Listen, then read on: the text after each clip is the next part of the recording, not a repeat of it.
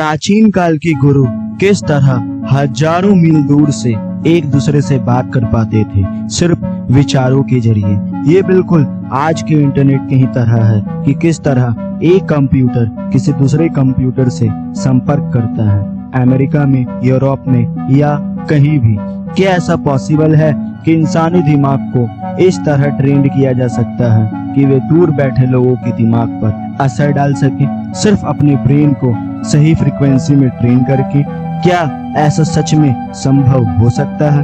बहुत सी ऐसी चीजें हैं जिस पर साइंस में बहुत सारे प्रूफ्स और एक्सप्लेनेशंस है, लेकिन कुछ चीजें ऐसी भी होती है जिसका साइंस के नजर में कोई भी प्रूफ्स या एक्सप्लेनेशंस नहीं होने के कारण विज्ञान उसे मानता ही नहीं है। उन चीजों में से एक टेलीपैथी भी है, लेकिन इतिहास गवाह है कि पुराने समय में भारत सहित कई देशों में संतों, साधु, बुद्धिस्ट मॉन्क्स को टेलीपैथी करते पाया गया है। टेलीपैथी टू वर्ड्स टेली और पैथी से मिलकर बना है, जिसमें टेली का मतलब डिस्टेंस और पैथोस या पैथिया का मतलब फीलिंग, एक्सपीरियंस या परसेप्शंस होता है, यानी कि मानसिक दूरसंचार। इसमें कोई दो पर्सन्स दुनिया के अलग अलग दो जगहों में होने के बावजूद भी बिना किसी मीडियम या फिजिकल इंटरेक्शन के कांटेक्ट कर सकते हैं, यानी कि एक दूसरे से बातें कर सकते हैं। टेलीपैथी के हिंदुइज्म और बुद्धिज्म में कई इंसिडेंट्स हैं जो इसे प्रूव ही नहीं करता है, बल्कि ये भी बताती है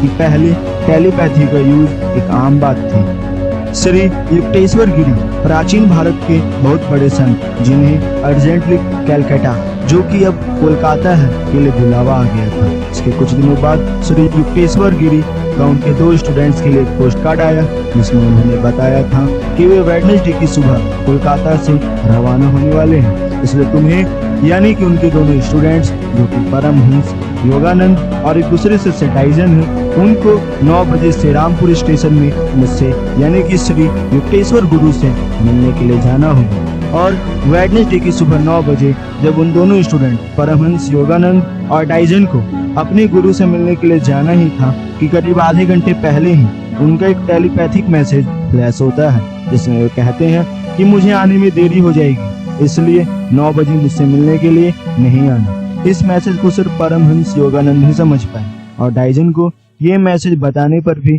वह 9 बजे चला गया। और फिर लौटने पर गुरु युक्तेश्वर जी को बहुत अच्छा लगा कि उनके स्टूडेंट ने उनका ये टेलीपैथिक मैसेज पहचान लिया, जो कि एक ऐसा क्वालिटी है जिसे पाना बहुत ही मुश्किल की बात है। इसके अलावा भगवत गीता में महाभारत का हाल बताने के लिए संजय ने धृतराष्ट्र के लिए टेलीपैथी का ही तो यूज किए थे। एंशिएंट इंडिया में तो टेलीपैथी के कई प्रूफ्स अवेलेबल हैं, लेकिन साइंस इस सब्जेक्ट पर आज तक मौन है।